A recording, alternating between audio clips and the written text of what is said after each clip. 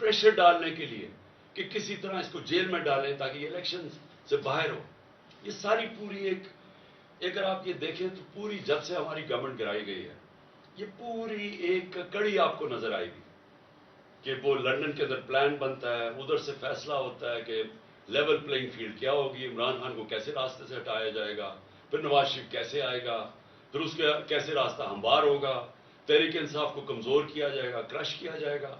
फिर वो जब सारा तैयार हो जाएगा और इनका ख्याल है कि अक्टूबर तक सब कुछ तैयार हो जाएगा और फिर इलेक्शन करवाए। इसमें पाकिस्तान का कुछ नहीं है, हमारे मुल्क का कोई लेना देना नहीं है इस लंदन प्लान में।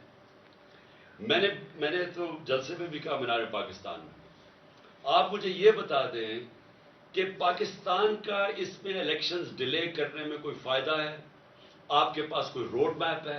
मैंने एस्टेब्लिशमेंट से भी कहा, मुझे ये बता दें आपके पास कोई मुल्क के लिए रोड मैप है कि जो मुल्क दलदल में फंसे जा रहा है, जो हम हर रोज नीचे गिरते जा रहे हैं, जो माशी हालात बिगड़ते जा रहे हैं, कोई आपके पास रास्ता इससे निकालने के लिए मुझे बता दे, मैं आपके साथ अक्टूबर तक ही इंतजार करूंगा इलेक्शन।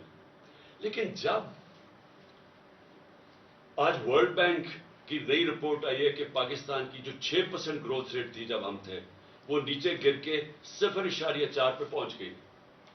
आज महंगाई के सारे रिकॉर्ड टूट गए हैं, तकरीबन 36% महंगाई हो गई है, जो कि 12% पे हम एक साल पहले छोड़ के गए थे। 50 साल में महंगाई सबसे ज्यादा।